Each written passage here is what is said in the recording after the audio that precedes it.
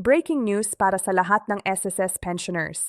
Malapit na ba talagang dumating ang inaasam-asam na 1 in 200 pension increase? Narinig nyo na ba ang latest update tungkol sa second tranche ng pension adjustment bago matapos ang Enero 2026? Mga kababayan, alam kong matagal na ninyong hinihintay ang dagdag na benepisyo na ito. Marami sa inyo ang umaasa na bago mag-February, makikita na ninyo sa inyong bank accounts o sa SSS disbursement cards ninyo ang additional 1,200 monthly pension. Pero totoo nga ba? May official announcement na ba ang Social Security System? Sa video na ito, ibibigay ko sa inyo ang pinaka-latest at accurate information tungkol sa second tranche ng pension increase. Pag-uusapan natin kung sino ang qualified na makakatanggap ng 1,200 increase, kailan exactly ibibigay ang dagdag na pensyon, paano ninyo machi-check kung kasama kayo sa listahan, at ang mga important reminders na dapat ninyong malaman. Hindi ito fake news, mga ka-pensioner, backed by official sources at verified. Information ang lahat ng sasabihin ko dito. Kaya huwag kayong aalis dyan dahil baka kayo ay ma-miss out sa mga crucial details na makakaapekto sa inyong pensyon. Kung gusto ninyong makatulong na mas maraming SSS pensioners ang makareach ng video na ito, press that like button now. Let's help our fellow pensioners get the information they deserve. Magandang araw sa inyong lahat, mga kapamilya. Ako po ay lubos na nagpapasalamat na nandito kayo ngayong araw na ito dahil mayroon tayong napakahalagang usapin na kailangan nating pag-usapan ng detalyado. Alam ko na marami sa inyo ang nanood ng video na ito dahil nakita ninyo ang title tungkol sa second tranche ng pension increase na umaabot sa 1,200. At alam ko rin na sa loob ng inyong mga isipan ay may mga tanong na sumasagi. Tulad ng totoo ba ito? Kailan ko ito matatanggap? At paano ako makakatiyak na ako ay kasama sa mga makakatanggap ng benepisyong ito? Bago tayo magpatuloy, gusto ko munang sabihin sa inyo na lahat ng impormasyon na ibibahagi ko sa video na ito ay batay sa mga official sources at verified information mula sa Social Security System. Hindi ko kayo bibigyan ng false hopes o fake news dahil alam kong ang pensyon ninyo ay napakahalaga at kailangan ninyo ng tumpak na impormasyon upang makapagplano kayo ng maayos para sa inyong pangaraw-araw na pangangailangan. Kaya naman huwag kayong mag-alala dahil titiyakin kong lahat ng sasabihin ko dito ay may basehan at totoo. Simulan natin sa pinakasimula ng lahat. Marahil ay naaalala pa ninyo noong nakaraang taon o mga nakaraang buwan may narinig tayong balita tungkol sa pension increase para sa mga SSS pensioners. Ang increase na ito ay hindi basta isang simpleng dagdag lamang sa inyong monthly pension, kundi itong mahalagang hakbang ng gobyerno upang matulungan ang ating mga senior citizens at retires na makaharap ang tumataas ng presyo ng mga bilihin at pangangailangan sa araw-araw. Alam nating lahat na ang inflation o ang pagtaas ng presyo ng mga produkto ay talagang nakakaapekto sa ating lahat. Lalo na sa mga nakatatanda na ang tanging inaasahan ay ang kanilang monthly pension mula sa Social Security System. Ngayon, pag-usapan natin kung ano nga ba talaga ang second tranche na ito at bakit ito ay tinatawag na second tranche. Kailangan nating maunawaan na ang pension increase na ito ay hindi isang beses na bigayan lamang. Ang SSS ay nag-implement ng pension adjustment na hinati sa iba't ibang phases o tranches upang masiguro na ang sistema ay sustainable at hindi mabibigla ang funds ng SSS. Ang first tranche ng pension increase ay naibigay na sa mga nakaraang buwan at ngayon ang pinag-uusapan natin ay ang second tranche na nakatakda sanang maibigay bago matapos ang Enero 2026. Maraming pensioners ang nagtatanong kung bakit kailangan pang hatiin ng increase sa iba't ibang tranches. Ang sagot dito ay simple pero mahalaga. Ang Social Security System ay kailangang balansahin ang kanilang funds upang masiguro na hindi lang ngayon kundi pati na rin sa mga susunod pang taon ay may maibibigay pa rin silang pensyon sa lahat ng qualified members. Kung ibibigay nila agad-agad ang buong increase ng sabay-sabay, posibleng maapektuhan ang sustainability ng fund at ito ay magiging problema sa long run. Kaya naman ang gradual implementation ay isang responsible approach na ginagawa ng SSS upang protektahan ang interes ng lahat ng members.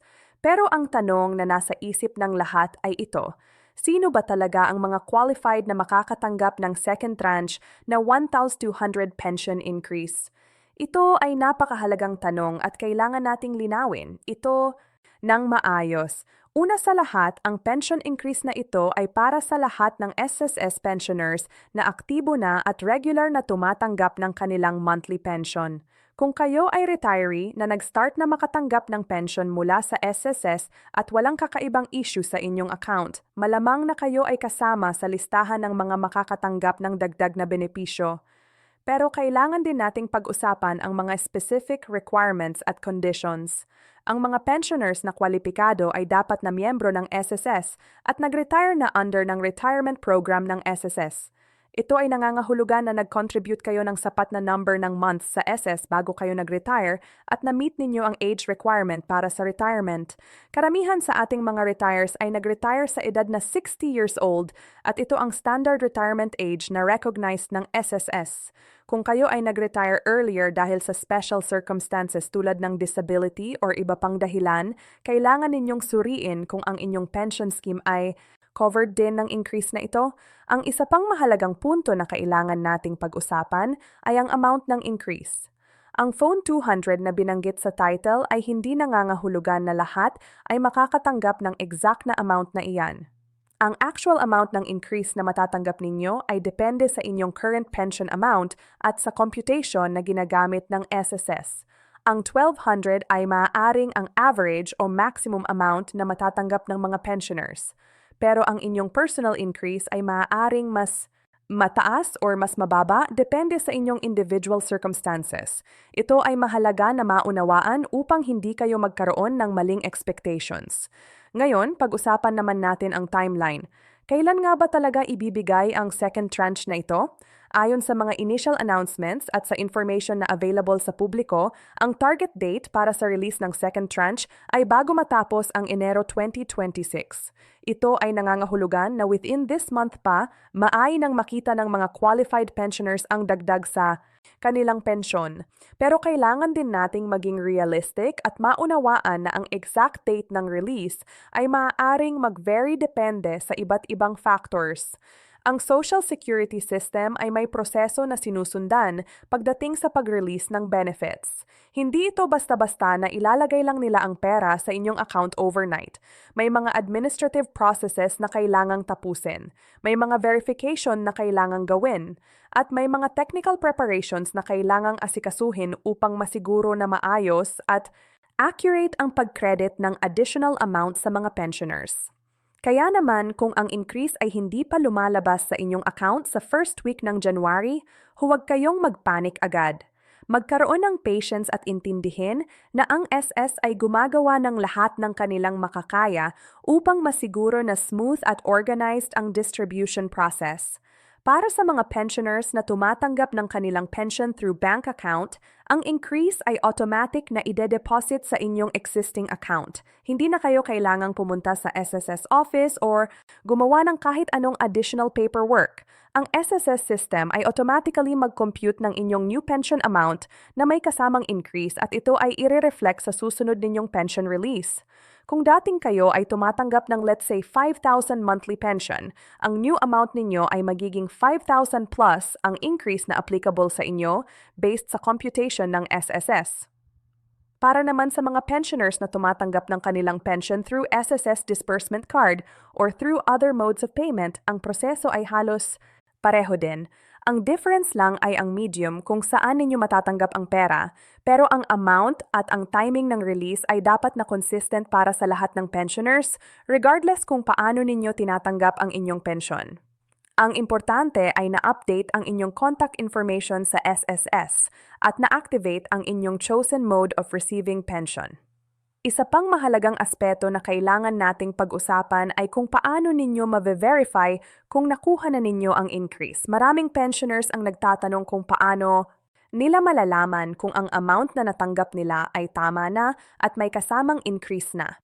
Ang best way para ma-verify ito ay tingnan ang inyong pension slip or ang statement na kasama ng inyong pension payment. Doon ay nakasulat ang breakdown ng inyong pension amount at makikita ninyo kung may additional amount na compared sa nakaraang buwan. Kung wala kayong access sa detailed statement o hindi ninyo maintindihan ang breakdown, pwede kayong tumawag sa SSS hotline o pumunta sa nearest SSS branch para magtanong. Ang importante ay huwag kayong mahihiya na magtanong dahil ito ay inyong karapatan na malaman kung tama ang amount ng benepisyo na natatanggap ninyo. Ang SSS personnel ay nandoon upang tulungan kayo at sagutin ang inyong mga tanong, kaya samantalahin ninyo ang kanilang services.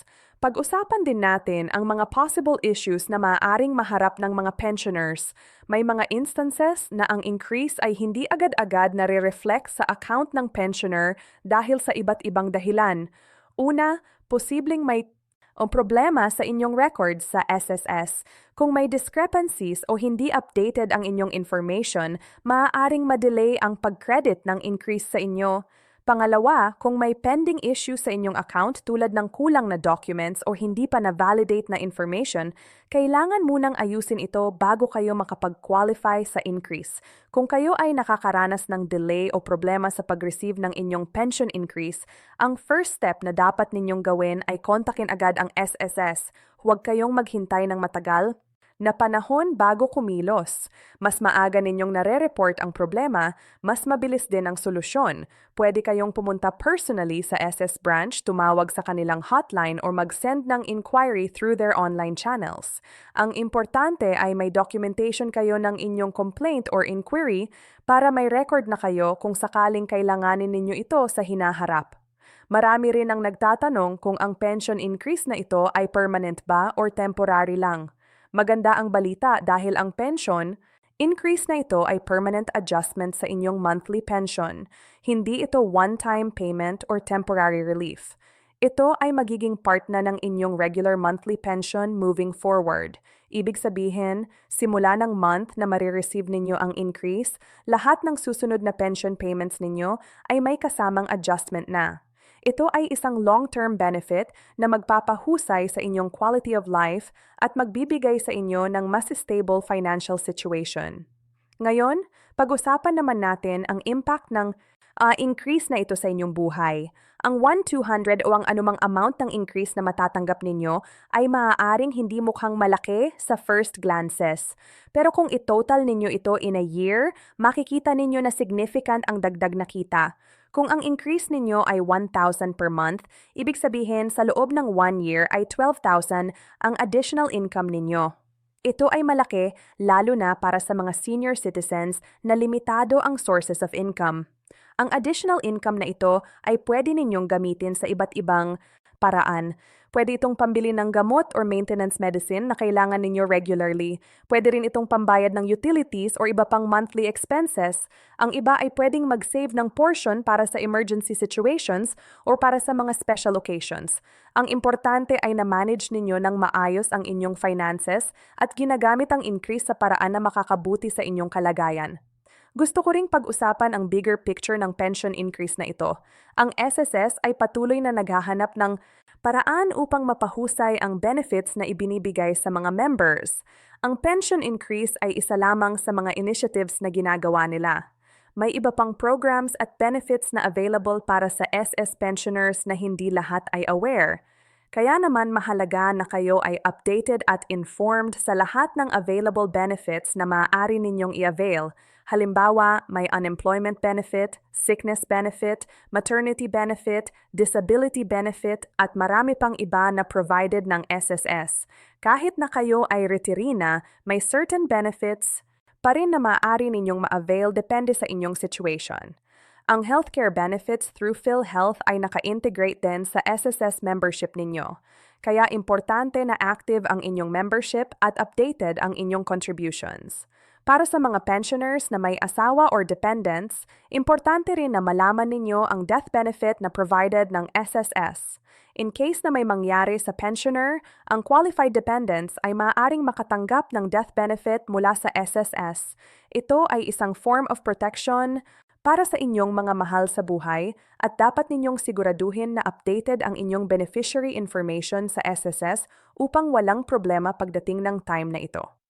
Ang isa pang importante na punto ay ang continuing contributions to SSS even after retirement kung applicable. May mga cases na ang retirees ay bumabalik sa workforce either as consultants or part-time workers. Kung kayo ay ganito ang sitwasyon, kailangan pa rin ninyong mag-contribute sa SSS at ito ay magdadagdag pa sa inyong overall benefits.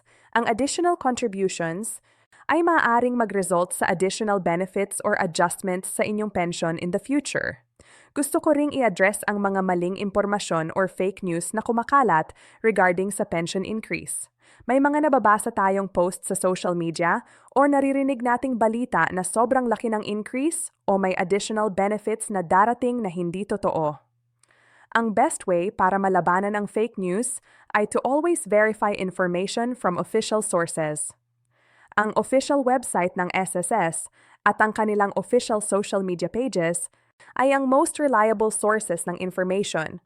Huwag agad maniwala sa lahat ng nababasa ninyo online, lalo na kung hindi galing sa verified sources. Ang SSS ay transparent sa kanilang operations at regular silang nag-a-announce ng updates through their official channels. Kung may major changes or announcements regarding benefits, isusulat nila ito sa kanilang website at ia-announce through press releases at media briefings. Kaya naman ang inyong responsibility bilang informed citizen ay to check these official sources regularly at magrely lang sa chism or say. Para sa mga pensioners na hindi tech-savvy or walang access sa internet, pwede kayong humingi ng tulong sa inyong mga anak, apo o kamag-anak na mas familiar sa technology. Pwede rin kayong pumunta sa nearest SSS branch para makakuha ng printed materials o makapagtanong directly sa staff. Ang SSS ay may obligation na siguruhing accessible ang information sa lahat ng members regardless of age or technical capability.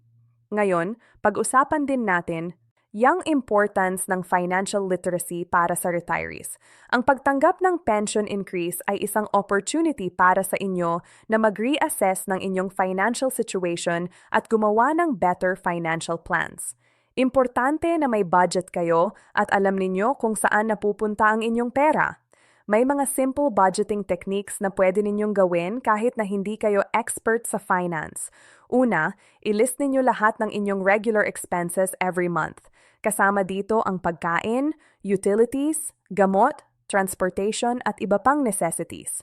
Pagkatapos, i-compare ninyo ito sa inyong monthly income na may kasamang pension increase. Kung ang expenses ninyo ay mas mataas kaysa income, kailangan ninyong mag-adjust at maghanap ng paraan para mabawasan ang gastos. Kung naman ang income ninyo ay mas mataas, ang sobra ay pwede ninyong isave para sa emergency fund or future needs. Ang emergency fund ay napakahalagang concept na dapat maintindihan ng lahat, lalo na ng retires. Ito ay isang amount of money na nakaset aside specifically para sa unexpected expenses tulad ng medical emergencies, home repairs, or iba pang urgent needs. Ang ideal na emergency fund ay dapat na sapat para sa 3 to 6 months worth of expenses. Pero kahit konting amount lang ay okay na. Bilang simula, ang importante ay may nakaredy kayong pera kung may biglang emergency. Gusto ko ring magbigay ng reminder tungkol sa pag-iwas sa scams at fraud. Maraming masasamang loob na nag-take advantage sa mga senior citizens, lalo na kapag alam nilang may darating na pension or benefits.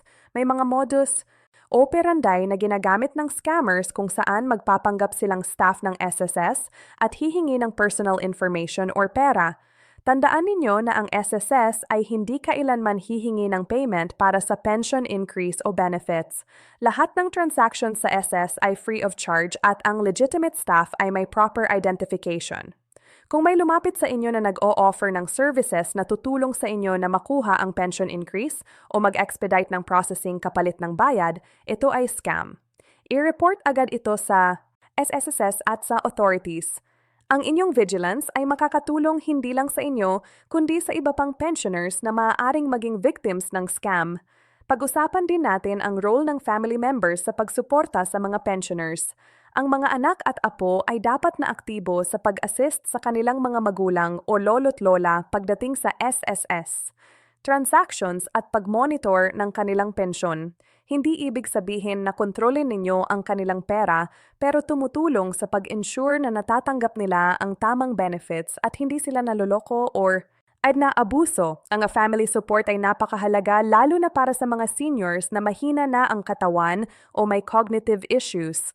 Ang communication sa pamilya tungkol sa financial matters ay dapat na open at transparent. Ang mga pensioners ay dapat na comfortable na mag-share ng kanilang financial situation sa trusted family members upang kung may problema or emergency, alam ng pamilya kung paano tumulong.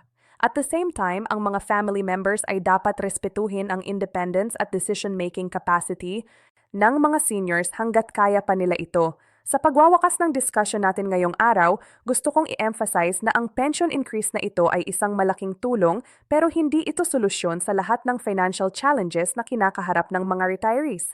Ang sustainable financial wellness ay requires ng comprehensive approach na kasama ang wise spending, savings, proper healthcare at continuous learning about financial matters.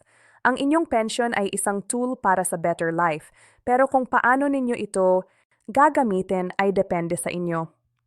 Nais ko rin pasalamatan ng SSS sa kanilang efforts na mapahusay ang buhay ng mga pensioners through this increase. Ito ay isang manifestation ng commitment ng gobyerno sa welfare ng mga senior citizens na nag-contribute ng maraming years sa development ng ating bansa.